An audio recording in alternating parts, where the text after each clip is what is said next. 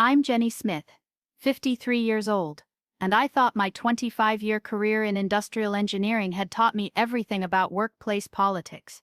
I was wrong. When I developed an AI-driven manufacturing system that could revolutionize our entire industry, my own company buried it to protect their outdated processes and overpaid middle management. But what my VP of operations did to cover it up was even worse. If you've ever had your innovations stolen, been silenced for threatening the status quo, or watched incompetent leadership destroy good ideas to save their own jobs, please let me know where you're watching from, and subscribe to join others who understand this type of professional betrayal. My journey into industrial engineering started in 1995 when I was 26, fresh out of grad school with a master's in mechanical engineering and stars in my eyes about transforming American manufacturing. My first job was at Kellerman Industries, a mid-sized precision parts manufacturer in Ohio that supplied components for everything from medical devices to aerospace systems. The plant floor was a symphony of controlled chaos. The rhythmic hammering of pneumatic presses, the high-pitched whine of CNC machines carving metal with surgical precision, and the constant hum of conveyor belts carrying parts through various stages of production. The air always carried the metallic tang of cutting fluid mixed with the ozone smell of electrical equipment. I loved every sensory detail of that environment.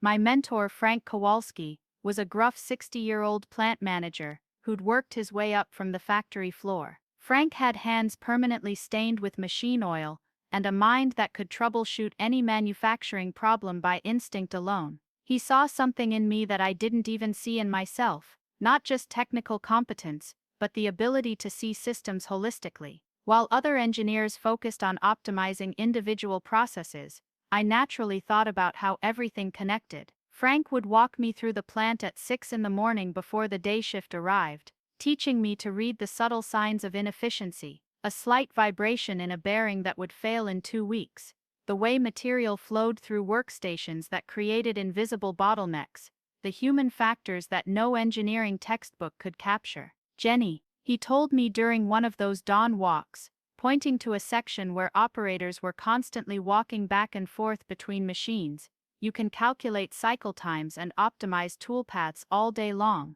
but if you don't understand how people actually work, you're just rearranging deck chairs on the Titanic. That observation became the foundation of my entire career philosophy. I spent my first 2 years not just learning the technical systems, but understanding the human ecosystem of manufacturing. Scorson, the experienced operators who could hear problems in machine sounds that sensors couldn't detect, the maintenance technicians who knew which equipment quirks to work around, the quality inspectors who understood the difference between acceptable variation and emerging problems. My first big breakthrough came in year 3, when I identified a pattern in quality defects that everyone else had missed. The defects seemed random, appearing in different product lines, at different times, with no apparent correlation. But I noticed they all occurred during the same shift rotation pattern, specifically when a particular combination of operators worked together. It wasn't about individual competence, each operator was skilled. The problem was that their individual working styles, when combined, created a subtle timing mismatch in the handoff between stations. By simply adjusting the rotation schedule and adding a small buffer station, we reduced defect rates by 37% and saved the company over $2 million annually. That success opened doors throughout the industry. I built my reputation methodically over the next decade, moving between companies every 3 to 4 years, each time taking on bigger challenges and more complex systems. At Precision Dynamics, I redesigned their entire quality management system, implementing statistical process control methods that caught problems before they became defects. At Advanced Manufacturing Solutions, I led a cross-functional team that reduced setup times on their most complex production line from 4 hours to 45 minutes. Each project taught me something new about the intersection of technology, process, and human factors. By my mid-30s, I was known throughout the Midwest manufacturing community as someone who could solve the unsolvable problems. I spoke at industry conferences, published papers in manufacturing journals, and had recruiters calling me weekly with opportunities. But more importantly, I had developed a reputation for honesty and integrity. I never promised results I couldn't deliver, never took credit for other people's work, and always made sure the operators and technicians who implemented my designs got recognition alongside the engineers who developed them. The golden period of my career came when I joined Hartwell Manufacturing in 2010 as their Director of Process Innovation. Hartwell was a 120-year-old company that made precision components for the automotive and aerospace industries. They had incredible engineering heritage. Their components were in everything from Formula One race cars to the International Space Station. The company had weathered the 2008 recession by doubling down on quality and innovation, and they were hungry for ways to modernize their operations without losing the craftsmanship that made them special. CEO David Hartwell, the great-grandson of the founder, gave me unprecedented freedom to implement changes. "Jenny," he said during my first week, "we've been doing things the same way for decades because they worked. But I'm smart enough to know that what got us here won't get us where we need to go. Show us the future." Over the next 5 years, I led initiatives that increased overall equipment effectiveness by 43%, reduced lead times by half, and improved customer satisfaction scores to industry-leading levels. I built a team of brilliant engineers and analysts who shared my vision of combining traditional manufacturing wisdom with cutting-edge technology. The recognition was incredible. In 2014, I received the Manufacturing Excellence Award from the Society of Manufacturing Engineers. The following year, Industry Week named me one of their manufacturing leaders to watch.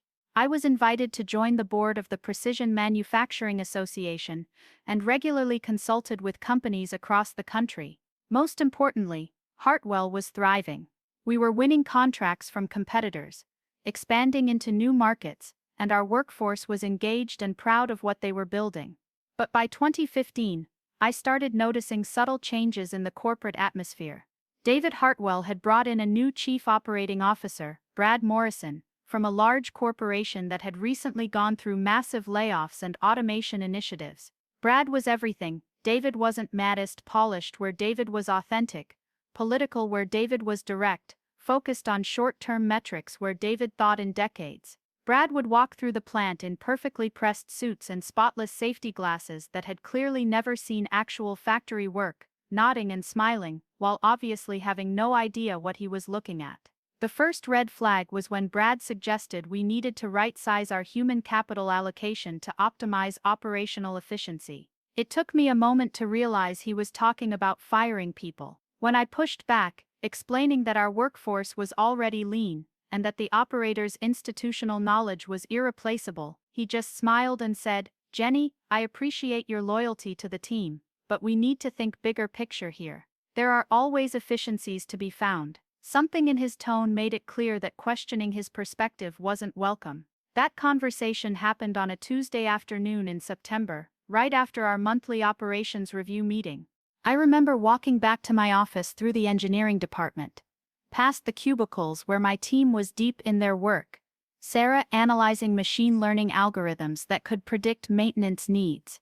Tom developing sensor networks that could track material flow in real time. Lisa designing human-machine interfaces that would make our operators more effective rather than replacing them. I felt a chill that had nothing to do with the air conditioning, sensing that everything we'd built was about to change in ways I couldn't yet imagine. My career had taught me to trust my instincts about systems and processes, but I'd always assumed that institutional knowledge and proven results would speak for themselves. I was about to learn that in some environments, being right isn't enough, especially when being right threatens the wrong people's positions. The workday that would change everything started exactly 3 weeks later, on a Wednesday morning that began like any other, with the familiar sounds of the plant coming to life, and no indication that by evening everything I'd worked for would be in jeopardy. I had always believed that good companies rewarded innovation and protected their best people. Over the next 25 years of building my career,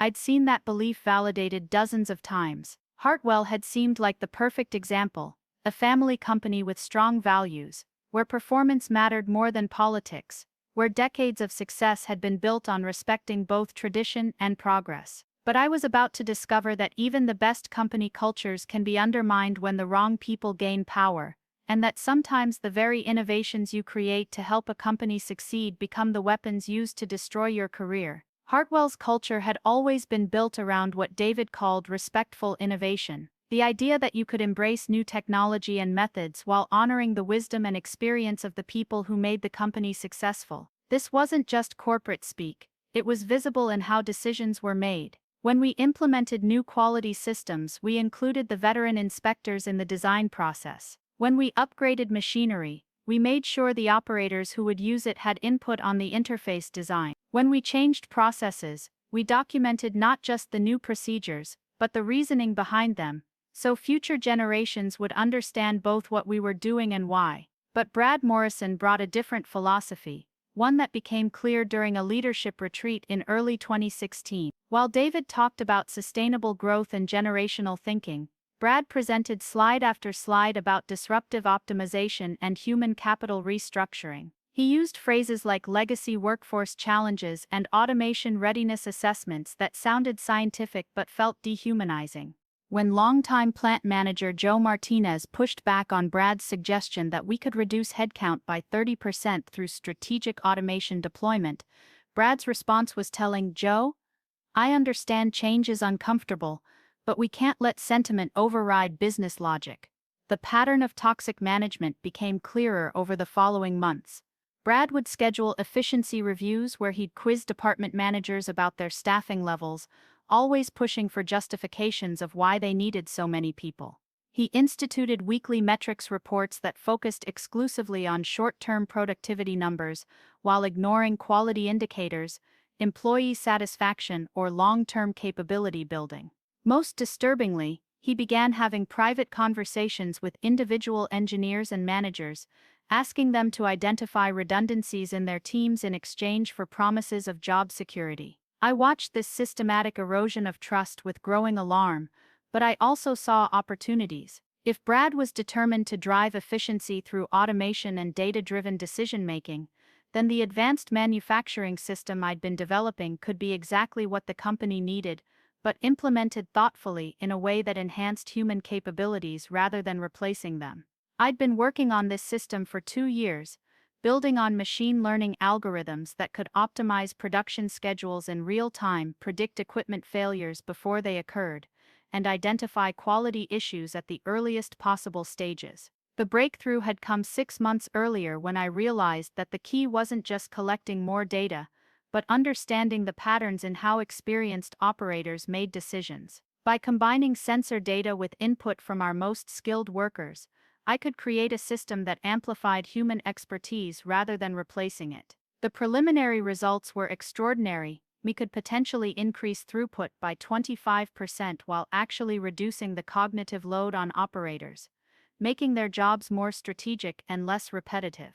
But as I prepared to present this innovation to the leadership team, I noticed subtle signs of retaliation against people who had questioned Brad's initiatives. Maria Gonzalez, who had been with the company for 15 years and was widely respected for her process engineering expertise, suddenly found herself excluded from project meetings after she'd challenged one of Brad's automation proposals. Her access to the company's design software was temporarily restricted for security updates that seemed to last indefinitely. When she asked about it, IT told her they were waiting for approval from Brad's office. Similarly, Tom Smith, our most experienced quality manager, was suddenly reassigned from the aerospace projects he'd managed successfully for 8 years to special projects that seemed designed to keep him busy without giving him real influence. When Tom asked about the reassignment, Brad explained that they needed fresh perspectives on the aerospace accounts, despite the fact that those accounts specifically requested Tom's involvement because of his expertise. The day everything unraveled started normally enough.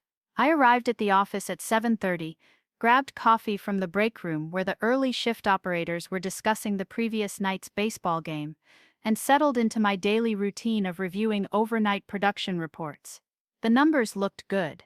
Efficiency was up, quality indicators were strong, and the new sensor network I'd implemented in the stamping department was providing data that would help us optimize tool life. I was deep in analyzing that data when my calendar reminder chimed for the 9 o'clock innovation review meeting with Brad and the senior leadership team. This was the meeting I'd been preparing for, where I would present the full scope of my advanced manufacturing system and request funding for a pilot implementation. I'd spent weeks preparing my presentation, gathering supporting data, and developing implementation timelines that would minimize disruption while maximizing benefits.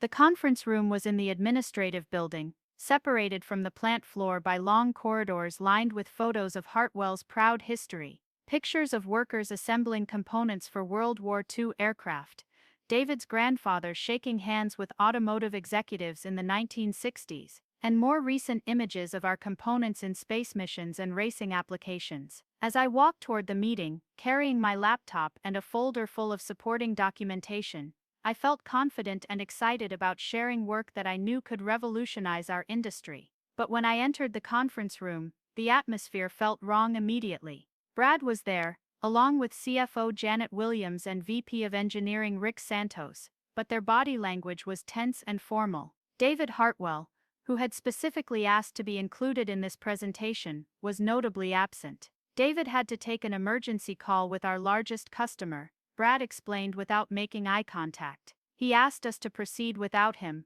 and brief him later. As I began my presentation, explaining how the system could integrate production planning, quality management, and predictive maintenance into a unified platform that would give Hartwell unprecedented competitive advantages, I noticed that Rick was taking notes but Janet was checking her phone, and Brad was watching me with an expression I couldn't quite read. When I showed the projected ROI conservative estimate of $15 million in annual benefits within 3 years, Janet finally looked up, but instead of excitement, her face showed skepticism.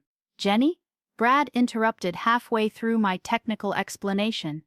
"This is all very impressive from an engineering standpoint, but I have concerns about the practical implementation. This level of automation could eliminate 40 to 50 positions across the plant.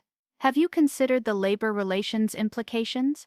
I was confused by the question because my system was specifically designed to enhance rather than replace human workers, and I'd included detailed explanations of how it would actually make existing jobs more strategic and fulfilling. But before I could respond, Rick jumped in with concerns about cybersecurity and data ownership that seemed to have been prepared in advance. If we're collecting this much operational data, and using cloud-based machine learning, we're essentially giving away our competitive secrets to technology companies. How do we know this data won't end up with our competitors? It was a valid question, but one that I'd addressed extensively in my documentation with detailed security protocols and data governance procedures. As the meeting continued, it became clear that every aspect of my proposal was being met with predetermined objections. When I explained how the system would improve job satisfaction by eliminating repetitive tasks, Janet worried about training costs. When I showed how it would improve safety by predicting equipment failures, Brad questioned whether we could afford the maintenance staff to act on those predictions. When I demonstrated the quality improvements we'd achieve, Rick suggested that our current quality levels were already adequate for our customers' needs. The final blow came when Brad looked directly at me and said, "Jenny, I appreciate all the work you've put into this, but I think we need to table this project until we've completed our operational efficiency review. We can't be implementing expensive new systems when we're still evaluating our basic staffing needs." The message was clear: my innovation was being shelved because it didn't align with his agenda of cost-cutting and workforce reduction. I left that meeting feeling like I'd been punched in the stomach. 2 years of work, a system that could transform our entire industry, dismissed in 45 minutes by people who either didn't understand it or didn't want to understand it. But what bothered me most was the sense that this rejection had been predetermined, that no matter how compelling my presentation or how strong my data, the decision had already been made before I walked into that room. That afternoon, I did what I'd always done when facing professional challenges. I went to talk to David Hartwell. His office was on the 3rd floor of the administrative building, with windows overlooking the plant floor where we could watch the afternoon shift in action. David was reviewing production reports when I knocked, and he immediately invited me in with the warm smile that had made me feel welcome at Hartwell from my first day. "Jenny, how did the presentation go this morning?" I'm sorry I had to miss it, but I heard it was quite impressive. His tone was genuine, and I realized that Brad hadn't briefed him yet about the meeting's outcome. When I explained what had happened, David's expression shifted from interest to concern to barely controlled anger. He tabled the entire project? Without consulting me? Jenny, this is exactly the kind of innovation we need to stay competitive. But when David called Brad to his office that evening, their conversation, which I could hear through the thin walls, revealed the depth of the political maneuvering I was facing. Brad's voice was calm and professional, as he explained that my project was premature and potentially disruptive to our cost management initiatives. When David pushed back, arguing that innovation was essential for long-term growth, Brad's response chilled me. David, with all due respect, Jenny's approach is exactly the kind of thinking that prevents companies from making tough decisions. We can't afford to indulge every engineer's pet project when we have fundamental efficiency issues to address. That night, I went home to my small house overlooking the Cuyahoga River and sat on my back porch, watching barges carry steel and coal toward the lake while trying to process what was happening. I'd faced technical challenges throughout my career, budget constraints, even personality conflicts with colleagues, but I'd never encountered systematic opposition to innovation itself. For the first time in my professional life, I felt like I was fighting not just for a project, but for my core values and my future in an industry I loved. I didn't know it yet, but that meeting was just the beginning.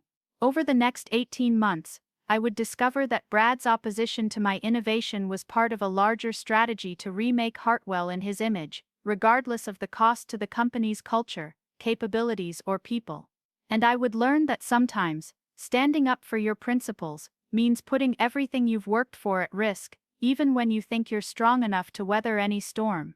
The gaslighting started subtly. 2 weeks after my presentation was tabled, Brad scheduled a follow-up meeting ostensibly to explore alternative approaches to my manufacturing system. The conference room was the same one where I'd been shot down, but this time Brad brought along 2 consultants from Morrison Strategic Solutions, a coincidence of names that I later learned wasn't coincidental at all.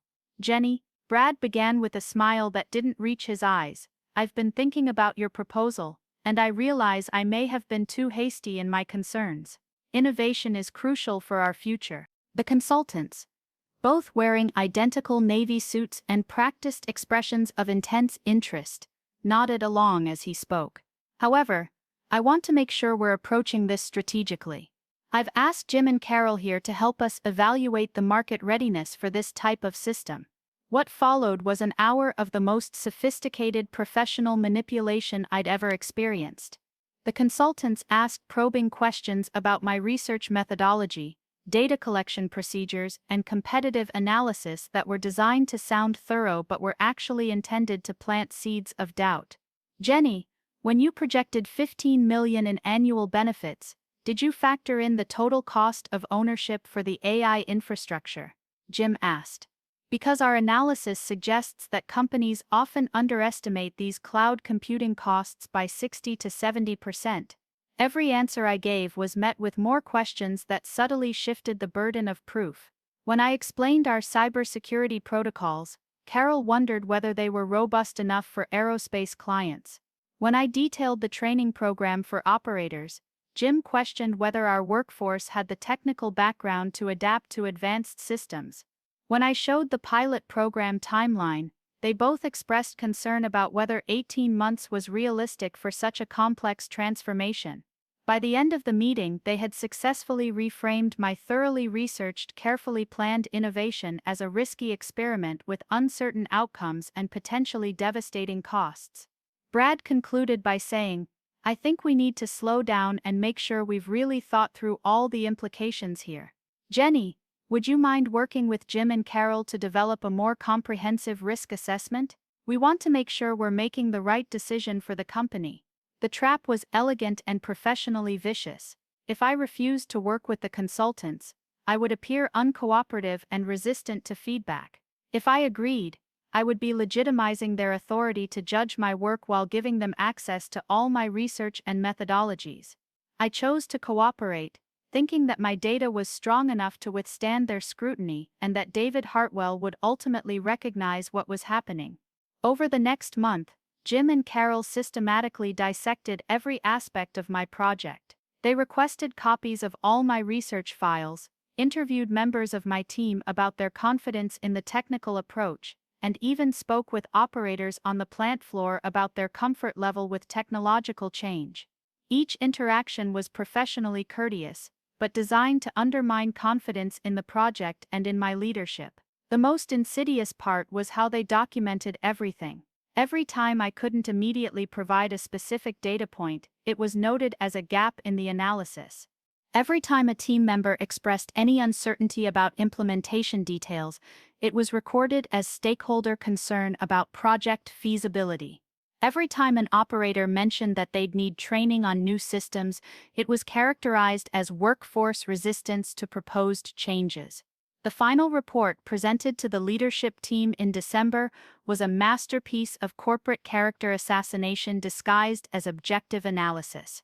While acknowledging that my technical approach was sound in principle, it raised significant concerns about implementation complexity, cost overruns, workforce disruption, and market timing. The recommendation was to defer implementation pending resolution of fundamental operational efficiency initiatives. Corporate speak for killing the project while making it sound reasonable. But the real genius of their strategy became clear when Brad used their report to question not just my current project, but my overall judgment and leadership effectiveness. "I'm concerned," he told David in a meeting that I wasn't invited to but heard about from Rick Santos, "that Jenny might be too close to this technology to evaluate it objectively. When someone spends 2 years developing a system, it becomes very difficult for them to acknowledge its limitations." The isolation campaign began immediately after the consultant report was delivered. It started with small things that seemed like innocent oversights. I wasn't included in the email thread about the Q1 planning session. My calendar invite to the monthly engineering review somehow got lost. My access to the new project management system was delayed because of administrative backlog in IT. When I asked about these issues, the responses were always apologetic and reasonable. Just unfortunate coincidences that would be resolved soon. But the pattern became undeniable when I realized that my team members were being pulled into meetings and projects that I wasn't told about. Sarah, my machine learning specialist, was suddenly working on data analysis initiatives that she couldn't discuss because they were confidential pending leadership review. Tom was assigned to a special efficiency study that required him to spend most of his time in different departments.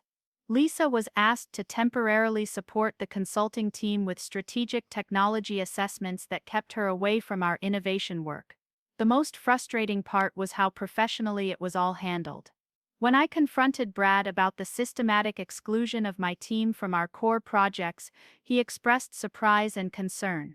"Jenny, I had no idea you felt excluded. That's certainly not our intention. Let me look into this and make sure there haven't been any communication breakdowns." But nothing changed except that future exclusions were handled more carefully, with plausible explanations and apologetic follow-ups. My access to information became increasingly restricted through bureaucratic mechanisms that were impossible to challenge directly. The engineering database that I'd used for years suddenly required enhanced security clearance that was pending approval from Brad's office. The financial reports that I needed to track project budgets were now confidential pending restructuring analysis and only available through formal request processes that took weeks to complete. Even my ability to schedule conference rooms for team meetings was mysteriously hampered by system upgrades and policy reviews. The psychological effect was devastating in ways I hadn't anticipated. I began second-guessing every interaction, wondering if colleagues were avoiding me or if I was becoming paranoid. When conversations stopped as I approached groups in the hallway, I couldn't tell if they had been talking about me or if I was imagining things. When my suggestions in meetings were politely acknowledged but never acted upon, I started questioning whether my ideas were actually as good as I thought they were. The breaking point came in February when I discovered that my innovation project was being presented to potential investors but with Brad's name as the lead developer, and my role reduced to contributing technical analyst. I only found out because Janet Williams accidentally included me in an email thread where she was coordinating materials for the presentation. When I confronted Brad about this, his response was a masterclass in professional gaslighting. "Jenny, I think there's been a misunderstanding here. This isn't your innovation being presented, Matist. It's a completely different approach that incorporates some of the concepts you explored, but with significant modifications based on the consultant recommendations. You certainly deserve credit for the preliminary research that informed this direction, and I'm happy to make sure that's acknowledged." He said this with such calm confidence that for a moment I almost believed that I was confused about my own work. But I had documented everything meticulously, and when I reviewed my files, it was clear that this different approach was my system with minor cosmetic changes and significant technical compromises that would reduce its effectiveness. They had taken my innovation, removed the elements that required investment in workforce development, and repackaged it as a cost-cutting automation initiative that aligned with Brad's efficiency obsession. That evening, I made a decision that would define the rest of this battle. I started keeping detailed records of every interaction, every email, every meeting, and every conversation related to my work and my treatment at the company. I set up a secure cloud storage account and began systematically documenting the theft of my intellectual property and the campaign to discredit my leadership. I didn't yet know how I would use this evidence, but I knew that I needed to protect myself and my work from further manipulation. The setup phase of their campaign against me was more sophisticated than anything I'd encountered in 25 years of corporate environments. It began with what Brad called a performance optimization initiative, designed to ensure all senior staff are operating at peak effectiveness. On the surface, it seemed like standard corporate improvement theater micus goal setting, progress metrics, regular check-ins with management. But the specific requirements created for my role were clearly designed to set me up for failure. My new performance goals included demonstrating collaborative leadership by achieving consensus on all major initiatives, an impossible standard when Brad and his consultants opposed everything I proposed. I was also required to maintain project delivery timelines consistent with current resource allocation, while my team was systematically reassigned to other priorities. Most insidiously, I was expected to achieve cost neutrality on all innovation proposals, which meant that any new idea had to pay for itself immediately, eliminating the possibility of investment in future capabilities. The documentation process was equally rigged. Every month I had to submit detailed progress reports that were reviewed not just by my direct supervisor, but by Brad's Performance Assessment Committee, the same consultants who had trashed my innovation project. They would schedule follow-up meetings to discuss areas of concern that were always framed as constructive feedback, but felt like interrogations designed to create a paper trail of my supposed inadequacies. Meanwhile, I was being set up with impossible deadlines and inadequate resources. When a major customer requested modifications to their component specifications, a routine engineering challenge that would normally take 6 weeks with proper staffing, I was given 3 weeks and told that 2 of my senior engineers were needed for higher priority initiatives. When I explained that the timeline was unrealistic given the resource constraints, Brad's response was documented in an email that would later be used against me. "Jenny, part of effective leadership is finding ways to deliver results regardless of constraints. I'm confident you'll find a solution." The most vicious part of the setup was how they used my own strengths against me. My reputation for honesty and direct communication was reframed as difficulty adapting to evolving leadership styles. My track record of defending my team and fighting for adequate resources was characterized as resistance to organizational efficiency initiatives. My insistence on thorough analysis and careful implementation was described as perfectionism that impedes operational agility. But I also began to discover that I wasn't their only target. Maria Gonzalez, who had been marginalized for questioning Brad's automation proposals, was dealing with similar performance improvement requirements that seemed designed to document her failure. Tom Smith was being evaluated on metrics that had never been applied to quality managers before, with standards that ignored the complexity of aerospace certification requirements. It became clear that Brad was systematically building cases against anyone who represented the old Hartwell culture of innovation and employee respect. The legal consultation I sought in March was both enlightening and terrifying. Attorney Patricia Kellerman, who specialized in employment law and intellectual property disputes, listened to my situation with the grim expression of someone who had seen this pattern many times before. "Jenny, what you're describing is a textbook hostile work environment combined with potential intellectual property theft. The good news is that you've been documenting everything. The bad news is that proving deliberate targeting is extremely difficult when it's done this professionally."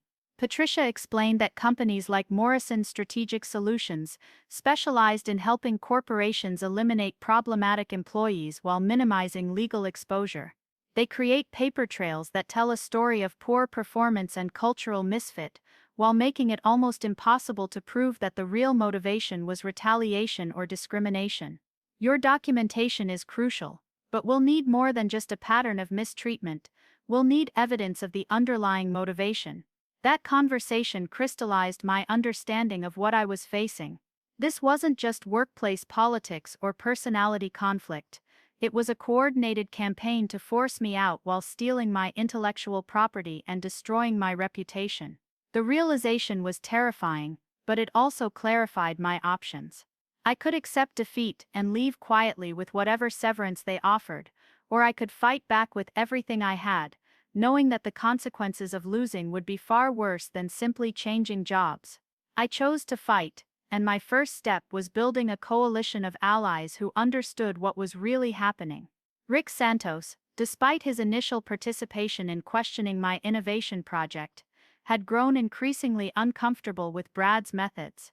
During a conversation in his office, with the door closed and voices lowered, Rick admitted that he was being pressured to support initiatives that he believed would damage the company's long-term capabilities.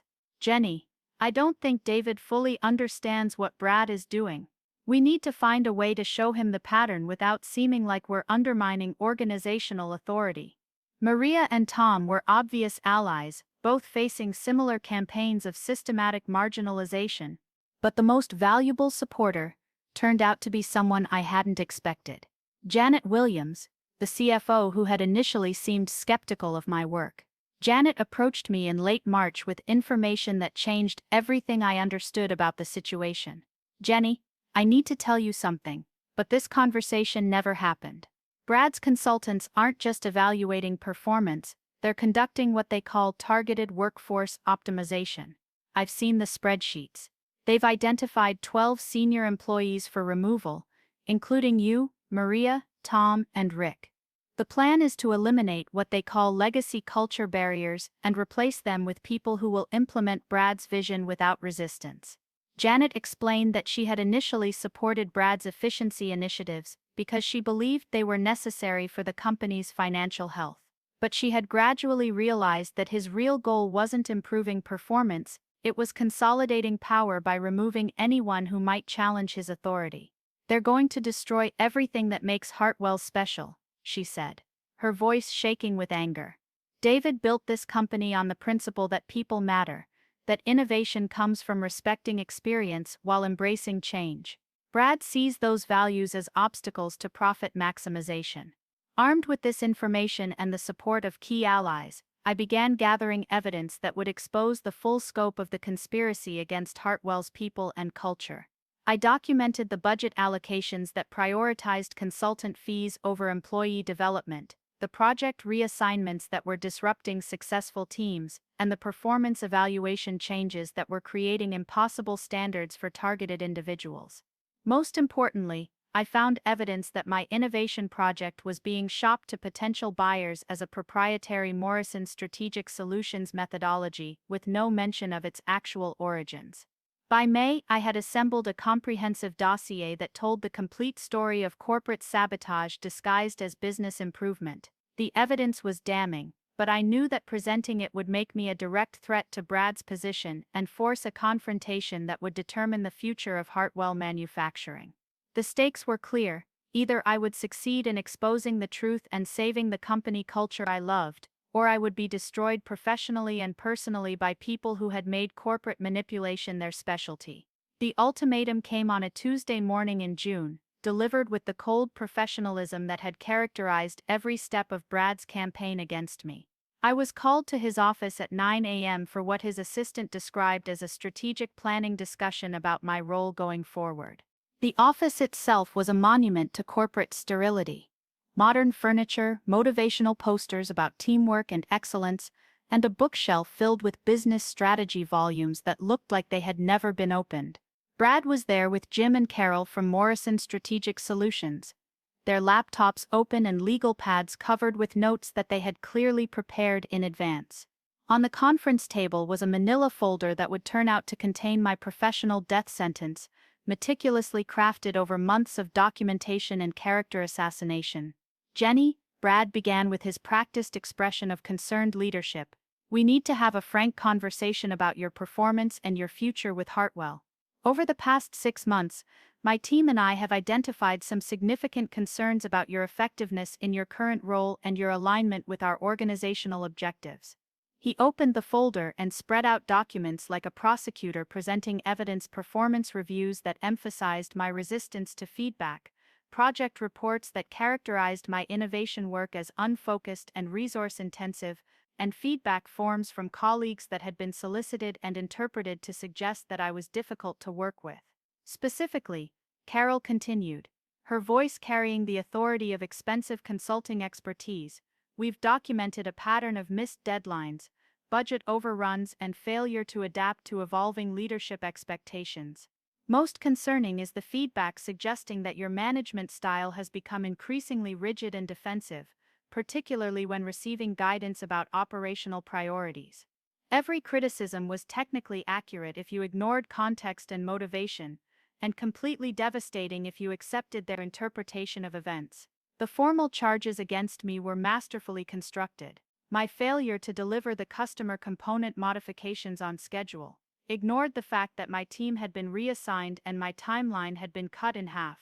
My resistance to efficiency initiatives ignored the fact that those initiatives were designed to eliminate jobs and reduce capabilities. My inability to collaborate effectively ignored the fact that I had been systematically excluded from the collaborative processes that might have allowed me to succeed.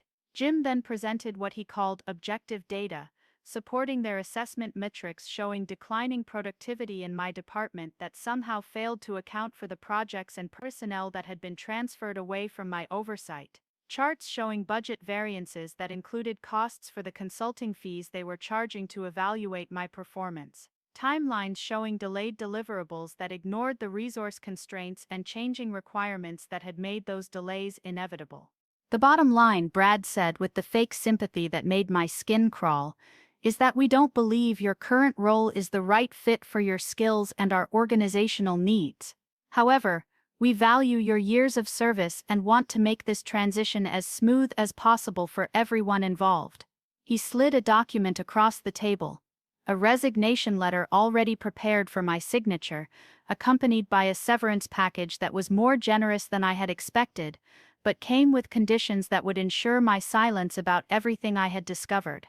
The package included 6 months of salary, continued health insurance, and a neutral reference letter in exchange for my agreement not to discuss my departure publicly, not to solicit Hartwell employees for future opportunities, and not to interfere with ongoing business relationships or initiatives.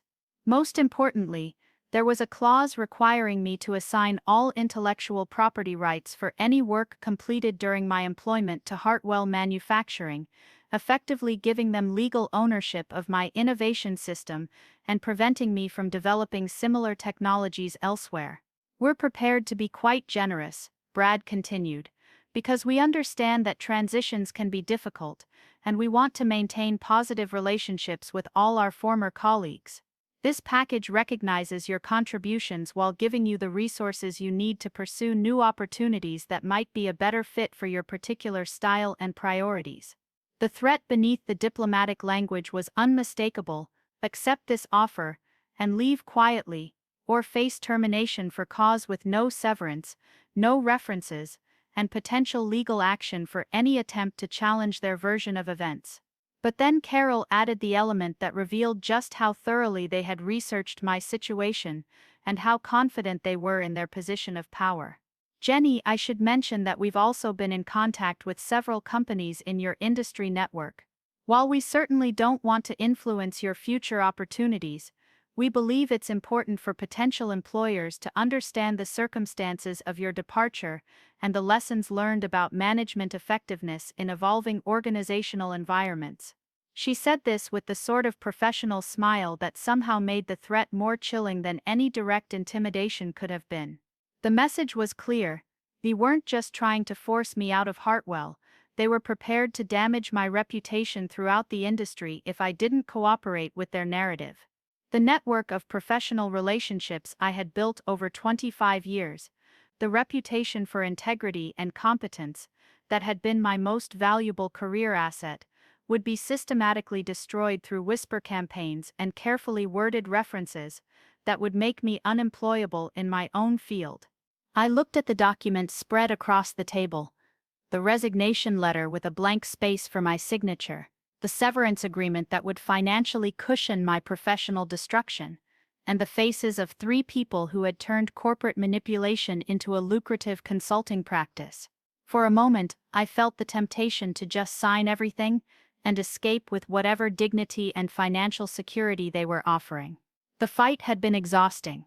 The isolation had been psychologically brutal, and the prospect of taking on a well-funded team of professional character assassins felt overwhelming. But then I thought about David Hartwell, who had trusted me to help modernize his family's company, and had no idea that his operations executive was systematically destroying everything that made Hartwell special. I thought about Maria, Tom, Rick, and the other colleagues who were facing their own campaigns of marginalization and would be next on the target list if Brad's strategy succeeded. I thought about the operators and technicians on the plant floor who took pride in their work and whose jobs were being evaluated solely through cost-cutting metrics that ignored their contributions. Most importantly, I thought about my innovation system, 2 years of research and development, that could revolutionize manufacturing processes and improve working conditions for thousands of people throughout the industry. That system represented everything I had learned about combining human expertise with advanced technology, and I wasn't going to let it be stolen and perverted by people who sought it only as a tool for eliminating jobs and increasing profits. I need some time to review this, I said, closing the folder without signing anything. This is obviously a significant decision, and I want to make sure I understand all the implications. Brad's expression tightened slightly. Clearly they had expected me to capitulate immediately when faced with the overwhelming professional consequences of resistance. Of course, he replied, but his tone had shifted from sympathetic to businesslike. We'll need a response by Friday so we can proceed with appropriate planning. I'm sure you understand that this situation needs to be resolved efficiently for everyone's benefit. The deadline was another element of pressure designed to prevent me from organizing any effective response, but it also gave me exactly what I needed: a clear timeline for my counterattack. Walking out of that office, I felt a strange combination of terror and liberation. They had shown me their complete strategy, revealed the full scope of their power and intentions, and forced me to make the choice that would define not just my career, but my fundamental sense of who I was as a professional and as a person. I had 3 days to either surrender everything I had worked for, or implement a plan that would expose their conspiracy and fight for the future of a company and an industry I loved. The decision was already made. Now I just had to find the courage to execute it. The confrontation I had been preparing for came exactly as I had planned it, but in a setting I hadn't expected. On Thursday afternoon, David Hartwell called an emergency board meeting to address what he described as serious concerns about operational direction and company culture. I later learned that Janet Williams had finally shared her information about Brad's targeting strategy, and that David had spent the previous evening reviewing financial records and consultant contracts that revealed the full scope of what was happening to his company. The boardroom was on the 4th floor of the administrative building, with windows overlooking the parking lot where I could see the cars of operators arriving for the afternoon shift change. Around the long mahogany table sat the 7 members of Hartwell's board of directors: David, his sister Susan, who served as board chair, 3 longtime company executives, and 2 outside directors who brought industry experience and financial oversight. Brad was there with his usual confidence, but I noticed tension in his posture that suggested he had been surprised by the meeting's urgency. "Ladies and gentlemen," David began, his voice carrying an authority I had rarely heard from him. "We're here today because I've become aware of activities within our company that fundamentally contradict our values and threaten our long-term success. Before we discuss these issues, I want to make it clear that this conversation will determine not just personnel decisions but the future direction of Hartwell Manufacturing." The formal tone made it clear that this wasn't going to be a typical board discussion about quarterly results and operational updates. Susan Hartwell, who had inherited her grandfather's directness along with his ownership stake, immediately took control of the proceedings. "David has shared some troubling information with me about consultant activities and employee treatment that suggests we may have serious legal and ethical issues. Before we proceed, I want to establish that this board takes its fiduciary responsibilities seriously, and that includes protecting both our employees and our intellectual property from any form of misappropriation." Brad attempted to frame the conversation in terms of necessary modernization and efficiency improvements, but his usual smooth presentation style seemed forced and defensive. "Susan, I understand there may be some misunderstandings about our operational optimization initiatives. Change is always difficult, and it's natural for some employees to feel uncomfortable with evolving expectations. However, our consultant recommendations are based on industry best practices and objective performance analysis." But Janet Williams, who had clearly coordinated with David before the meeting, was ready with documentation that undermined every element of Brad's narrative. She presented financial records showing that consultant fees had increased by 300% under Brad's leadership, while employee development spending had been cut by 40%. She showed board members the workforce optimization spreadsheets that targeted specific employees for removal based on their resistance to Brad's initiatives rather than their performance or capabilities. Most damaging was the evidence about my innovation project, which Janet presented as a case study in corporate intellectual property theft. "Board members, I want you to understand exactly what has happened here. Jenny Smith developed a manufacturing system that could generate $15 million annually in operational improvements. Instead of supporting this innovation, our consultants spent months documenting reasons to reject it, then repackaged it as their own methodology for sale to other companies. The presentation of evidence was methodical and devastating." Janet showed emails between Brad and Morrison Strategic Solutions discussing the monetization potential of Hartwell's proprietary technologies. She presented consultant reports that characterized Hartwell's most experienced employees as legacy culture barriers to be eliminated through performance management strategies.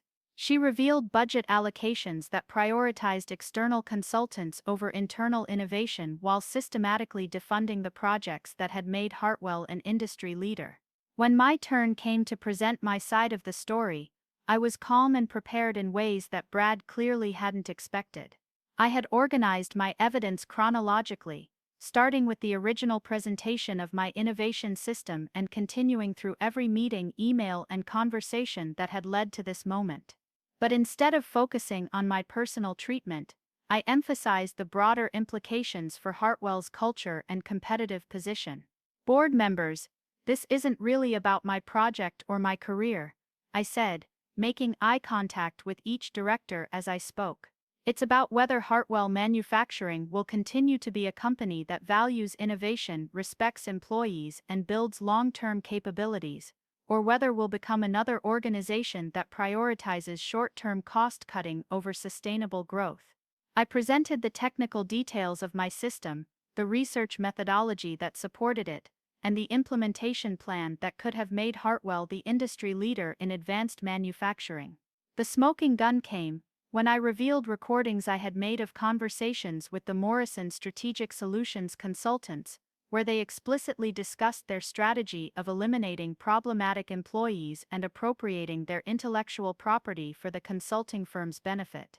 In one particularly damaging conversation, Jim had explained that their business model depended on extracting value from corporate talent while minimizing client exposure to wrongful termination claims. We identify key employees who represent barriers to organizational change. His voice came through the conference room speakers with crystal clarity. Then we document performance issues that justify their removal while capturing their intellectual contributions for our proprietary methodologies. It's a win-win. The client gets a more compliant workforce, and we develop new service offerings that we can sell to other companies facing similar challenges. The reaction from the board was immediate and visceral. Susan Hartwell's face went white with anger as she realized that consultants had been systematically stealing from her family's company while being paid premium fees for their services. The outside directors, both experienced executives themselves, clearly recognized the legal and ethical violations that the recordings revealed. Even the longtime company executives who had initially supported Brad's efficiency initiatives looked shocked by the evidence of deliberate employee targeting and intellectual property theft. Brad's attempt to control the damage was pathetic and revealing. Obviously, these recordings are taken out of context and don't represent the full scope of our improvement initiatives. Jenny has clearly been planning this presentation to damage my reputation and avoid accountability for her performance issues. But his denials sounded hollow when confronted with documented evidence and recorded admissions, and his attempt to shift blame back to me only highlighted his desperation. The final revelation came when Janet presented contracts between Morrison Strategic Solutions and three of Hartwell's competitors, showing that the consulting firm was simultaneously working for companies that directly competed with us while having access to our proprietary technologies and strategic plans. Board members, we have been paying premium fees to consultants who are literally selling our secrets to our competitors. This isn't just employee mistreatment, it's industrial espionage disguised as business consulting. The vote to terminate Brad Morrison and end all contracts with Morrison Strategic Solutions was unanimous. The vote to restore my project funding and return my team to full innovation responsibilities was equally clear. But the most satisfying moment came when Susan Hartwell addressed Brad directly. "Mr. Morrison, you came here promising to modernize our operations and improve our efficiency. Instead, you've systematically undermined our culture, stolen our intellectual property, and damaged relationships with employees who have served this company faithfully for decades. You have exactly 1 hour to clean out your office and leave our property. And if you attempt to contact any of our employees or customers, we will pursue legal action for industrial espionage and breach of fiduciary duty." As Brad gathered his materials and left the boardroom, his confident facade finally cracking to reveal the anger and desperation underneath, I felt a combination of vindication and exhaustion that I had never experienced before. The fight was over, but the work of rebuilding everything that had been damaged was just beginning. David approached me after the meeting with tears in his eyes and a handshake that conveyed more gratitude than any words could express. "Jenny, I'm sorry it took me so long to see what was happening. We're going to make sure this never happens again." But the most meaningful moment came later that afternoon, when I walked through the plant floor and saw the operators and technicians who had heard about the board meeting through the informal communication network that exists in every manufacturing facility. Their smiles and thumbs-up gestures told me that the fight had been worth it not just for my career, but for preserving a workplace culture that valued people as much as profits. The afternoon shift supervisor, an older man named Frank who had worked at Hartwell for 30 years, stopped me near the stamping machines and said simply, "Thank you for standing up for all of us." In that moment, I knew that I had done more than save my job, I had helped save the soul of a company that deserved to survive and thrive. The immediate aftermath of the board confrontation felt like emerging from a months-long fever dream into clear daylight. Brad Morrison cleared out his office within the hour, escorted by security and accompanied by corporate attorneys who made sure he left with nothing more than his personal belongings. The Morrison Strategic Solutions consultants were barred from company property and their access to all systems was immediately terminated. But the real work of healing and rebuilding was just beginning. David Hartwell called an all-hands meeting for Friday morning, gathering the entire workforce in the main assembly area where production lines had been temporarily shut down.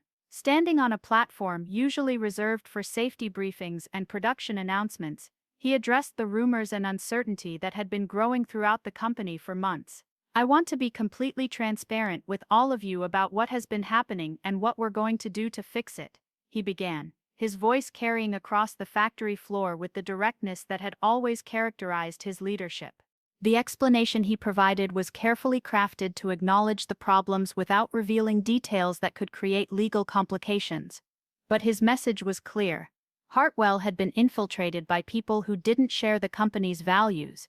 Those people had been removed, and the leadership team was committed to rebuilding the culture of innovation and respect that had made the company successful. "We made mistakes in who we trusted and what we allowed to happen here," David admitted. "But we're going to learn from those mistakes and make sure that Hartwell remains a place where good people can do their best work." The response from the workforce was immediate and powerful. Operators who had been quietly enduring impossible efficiency targets felt permission to speak honestly about their concerns. Engineers who had been marginalized for questioning Brad's initiatives were suddenly included in planning discussions again. The atmosphere of fear and suspicion that had poisoned the workplace for months began to dissipate as people realized that competence and integrity were valued again. My own restoration was swift and comprehensive. The innovation project that had been shelved and stolen was reinstated with full funding and executive support. My team members, who had been scattered across different initiatives, were returned to their original roles with enthusiasm that reflected their relief at being able to work on meaningful projects again. Most importantly, I was given explicit authority to implement the advanced manufacturing system that had started this entire conflict, with David's personal commitment that no one would interfere with the technical decisions or timeline. But the legal resolution took much longer and proved more complex than anyone had anticipated. Patricia Kellerman, the employment attorney who had helped me understand my situation, worked with Hartwell's corporate legal team to pursue both civil and criminal charges against Morrison Strategic Solutions. The evidence of industrial espionage was overwhelming, but proving deliberate intent in court required months of depositions, document analysis, and expert testimony from other companies that had been victimized by similar consulting schemes. The most satisfying aspect of the legal process was discovering that Hartwell wasn't the only victim. As word spread through industry networks about what Morrison Strategic Solutions had been doing, executives at other manufacturing companies began recognizing similar patterns in their own consultant experiences. A class action lawsuit eventually involved 7 companies across 3 states, with damages totaling over $40 million in stolen intellectual property and wrongful termination settlements. The settlement we eventually reached included not just financial compensation for the company and affected employees, but specific agreements that prevented Brad Morrison and his consulting partners from working in the manufacturing industry for 5 years. More importantly, the case established legal precedents that made it much more difficult for unscrupulous consultants to systematically exploit corporate clients while stealing their innovations and damaging their workforce. During the 6 months of legal proceedings, I focused on implementing the manufacturing system that had caused so much conflict. Working with my restored team and newly supportive leadership, we were able to demonstrate results that exceeded even my optimistic projections. The system increased production efficiency by 32%, while improving quality metrics and reducing the physical demands on operators. Most significantly, it created new roles for skilled technicians and analysts that were more strategic and fulfilling than the repetitive tasks they replaced. The success of the implementation attracted attention throughout the manufacturing industry, but this time the recognition came on my terms and with proper attribution.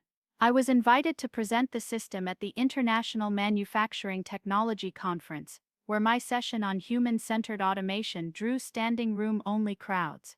Industry publications wrote articles about Hartwell's innovative approach to combining artificial intelligence with workforce development.